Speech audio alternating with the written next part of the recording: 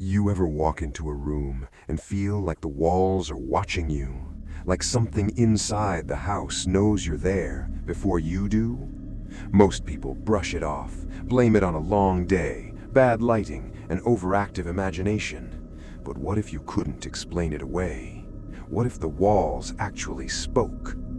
Tonight, I have 3 stories, 3 people, 3 homes that stopped being safe the moment they moved in. These aren't legends, these aren't myths, these are real accounts shared by real people who lived through something they still cannot explain. Turn off your lights, get comfortable, because once these walls start whispering, you won't be able to unhear them. I've always been the kind of person who overanalyzes things. My therapist says it's a trauma response, my brain trying to find patterns where there are none. So when I first heard the sound, I told myself that's exactly what was happening. My brain was making something out of nothing. We moved into the house on Alderwood Drive in early February. My husband Jake and I had been searching for over a year. Budget was tight, market was brutal, and this place was priced like a dream. 3 bedrooms, a big wraparound porch, old hardwood floors.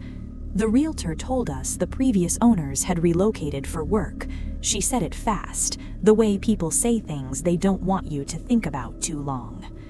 The first week was fine. Normal unpacking chaos, takeout dinners, boxes everywhere. It was on day 9 that I heard it for the first time. I was alone in the house, Jake was at work, and I was painting the 2nd bedroom, which we planned to use as an office. It started as a low vibration, not quite a sound at first, more like something you feel in your back teeth, a pressure, a hum. I told myself it was the pipes, old house, old pipes, made sense. But then I noticed something strange. The hum wasn't constant, it had a rhythm, almost like breathing, in, out, and it was coming from the east wall of that room, the one that backed up against the closet. I painted faster and got out. By week 2, I'd heard it 4 more times, always in that room, always the east wall, always when I was alone. I started keeping a log on my phone because, again, analyst brain, I needed data. I needed to tell myself there was a pattern that could be explained. Jake humored me. He put his ear to the wall, knocked on it, listened. He said he heard nothing, and the thing was, I believed him in the moment, because it was only ever there for me. Week 3, I went further. I pulled back the old wallpaper in the corner of the east wall. It was this awful floral print from the 70s, and it was peeling at the edges anyway. Behind the first layer was another layer, and behind that one was another. 4 layers of wallpaper going back decades, but it was what was underneath all of them that stopped me cold. Words, written in pencil directly on the drywall, just one phrase repeated over and over and over in a frantic, cramped handwriting that got smaller and more desperate looking as it went down. She hears it too, she hears it too, she hears it too. I screamed, not a horror movie scream, a short, sharp bark of pure shock. I stood there staring at it for probably 5 minutes before I took a photo and called Jake. He came home immediately. He saw it. He heard nothing still, but he saw it and he agreed that was not normal. We asked the realtor for the previous owner's contact info. She stalled. We pushed. Eventually, she admitted there had been 2 owners before us, not 1. A couple who'd left after only 4 months. Before them, a single woman named Diane who'd lived for 11 years. 11 years, alone. We found Diane online. I messaged her. I didn't expect a response, but 3 days later she replied. The message was short, just a few lines. She said the hum was always there. She said she eventually stopped fighting it and started listening. She said that after a while it felt less like something haunting her and more like something trying to tell her something. And then she wrote, I only left because the hum started answering me back. She never replied to my follow-up. We moved out 2 months later. We lost our deposit. Jake still doesn't fully believe, but he stopped arguing with me about it. And me? Some nights I'll be sitting in our new apartment, perfectly quiet, perfectly still, and I swear I can still feel it, that low vibration in my back teeth, like something knows where I went. I want to be upfront about something before I start. I'm a pretty logical guy. I do IT support for a mid-sized company. I build computers in my spare time. I believe in things I can measure. So understand that when I tell you this, I'm not coming at it from a place of superstition. I'm telling you what I saw, what I recorded, what I still cannot explain. I moved into my apartment on the 3rd floor of an old converted building in the fall. The landlord was this older guy named Mr. Petrakis, very proper, very formal, always wore a tie. He showed me around the place, and when we got to the living room, he specifically pointed at a large framed painting on the wall and said, "This stays. It came with the unit. Please don't move it." It was an oil painting, a landscape, rolling hills, a gray sky, some trees in the background. Not ugly, not beautiful, just there. I thought it was a weird condition to put on a rental, but I figured maybe it was sentimental. I agreed and signed the lease. For the first couple of months, everything was normal, and then November hit. It started with temperature. I noticed that the wall behind the painting was always cold. Not the painting itself. Touch the canvas and it was room temperature, but press your hand to the wall around it, the plaster, and it was like touching something from a refrigerator. I assumed insulation issues, old building, whatever. Then I noticed the smell, very faint, coming behind the painting. Sweet, but wrong, like flowers left in a vase too long. I'd smell it maybe once a week, always at night. Then in December, I was hanging some string lights around the room, and I accidentally bumped the painting. It swung outward on its hook, and I reached to straighten it, and I saw what was behind it. A hole in the wall. Not a crack, not damage, a deliberate hole, roughly circular, about the diameter of a tennis ball, going clean through the plaster and into darkness. And from that darkness came the cold and the smell. I got a flashlight and looked inside. It was a gap in the wall, a hollow space. Could have been a void in the construction, sure, but in that hollow, pressed against the back wall of the gap, was what looked like a roll of paper, old paper. I fished it out carefully. It was a journal, or part of one. Pages rolled up tight and held with a rubber band that disintegrated when I touched it. The handwriting was neat at first, then hurried. I could only make out fragments, but 2 things were clear. It had been written by a woman named Clara, and she had lived in this exact unit, and she was afraid.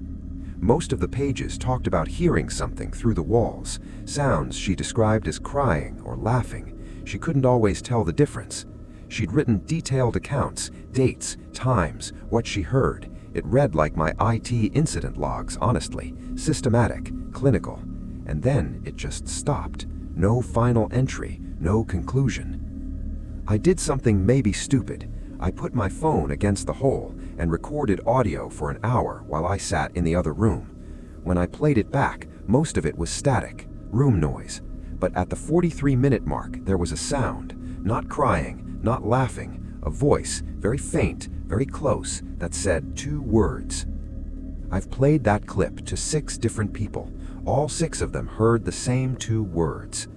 Don't look. I looked up the building's history. Clara, I found her full name in an old city records archive, had been a tenant in this exact unit in the late 1980s. She left no forwarding address. There's no record of where she went. I told Mr. Petrakis. He listened, hands folded, expression completely unreadable. And then he said, very quietly, "The painting stays for a reason. I suggest you leave it alone." He never explained further. I still live there. The painting has not moved. I don't go near that wall anymore. And sometimes, on the coldest nights, when the radiator clicks off and the whole building gets quiet, I hear it. 2 words in a register just below what you'd call sound, just below what you'd call real. Don't look. I'm a contractor. I've been doing residential renovation for 15 years. I've ripped open hundreds of walls. I've seen everything from raccoon nests to Victorian-era newspapers stuffed in as insulation. I've heard the stories people tell about old houses, the legends, the rumors, the superstitions. I've always smiled politely and gone back to work. I'm not smiling anymore. This happened 2 years ago when I took a solo contract on a Victorian property in a small town about an hour outside the city. The homeowner, a young couple who'd bought it as a fixer-upper, had specifically hired me because I had experience with historic homes. They were staying in a hotel during the renovation and were excited, all Pinterest boards and mood boards and reclaimed wood fantasies. The job was straightforward on paper: gut the interior walls of the main hallway, update the insulation and wiring, replaster. Standard stuff. 3 weeks, maybe 4. The first thing I noticed when I started demolition on the hallway was the plaster. Now, old plaster is always interesting. Horsehair, lime, sand, layered over lath boards. It has texture. It has history baked into it. But this plaster was different. There were impressions in it, on the interior side of the wall, the side that faces the insulation cavity, not the painted side you'd normally see. Handprints. Not one. Dozens. Adults, children, different sizes, all pressed palm flat against the inside face of the plaster, like someone had pushed them through from the inside. But that's not how plaster works. You press into wet plaster and you get a relief, a raised impression. These were push-throughs, concave, like the hands had come from inside the wall and pushed out. I photographed everything. My camera roll from that week is genuinely one of the most unsettling things I own. I kept working because that's what I do. On the 3rd day, I opened up the section of wall at the far end of the hallway, near the old servants' staircase, and inside the cavity, perfectly preserved in the dry darkness, was a small wooden box, no bigger than a shoebox. Inside the box were objects: a child's shoe, a lock of hair tied with a ribbon, 3 small bones that the county coroner later confirmed were avian, bird bones, and a folded piece of paper. The paper had a single sentence written on it, in ink so old it had faded to brown. "What is put in the walls stays in the walls." I'm going to be honest with you. I've been in dark crawl spaces. I've worked alone in abandoned buildings. I've dealt with asbestos and black mold and structural collapses. None of it has affected me the way that sentence did. I sat down on the floor of that hallway, in the dust and the debris, and I felt something I hadn't felt since I was 7 years old, hiding under the blankets at night. Pure, cold fear. I called the homeowners. I told them about the box and its contents. The county got involved briefly about the bones, but as I said, birds, not human, no crime. The homeowners were understandably spooked, but wanted to proceed. I went back. I finished the job. But for the rest of that contract, every time I opened a wall, I braced myself, because now I understood something that no one had told me in 15 years of this work. Some things are sealed inside walls for a reason, and when you open them, when you break that seal and let the air in after decades of stillness, whatever has been waiting in that darkness, whatever has been pressing those hands outward from the inside, it doesn't stay in anymore. The couple moved in 6 months later. They lasted 14 months. I don't know why they left. I've never asked. Some questions, I've learned, are better left sealed up, like the walls themselves, like what the plaster remembers. 3 houses, 3 people, 3 walls that held something they couldn't explain, couldn't measure, couldn't make go away. A hum that answered back. A hole behind a painting someone paid rent to hide. Handprints pressed from the inside of plaster, untouched for over a century. Maybe it's all coincidence. Maybe it's mass hysteria, pattern-seeking brains, old buildings doing what old buildings do. Maybe. But here's what I keep coming back to. Every single one of them noticed something. Every single one of them paid attention when the rest of us would have walked away. And that attention, that willingness to look when everything inside you said don't, it changed them. So the next time your house is quiet, truly quiet, and you feel that low, almost imperceptible something, that hum behind the walls, that cold patch, that smell that shouldn't be there. Pay attention, because the walls have been listening to you since the moment you walked in. The question is, what have they been waiting to say back? Sleep well.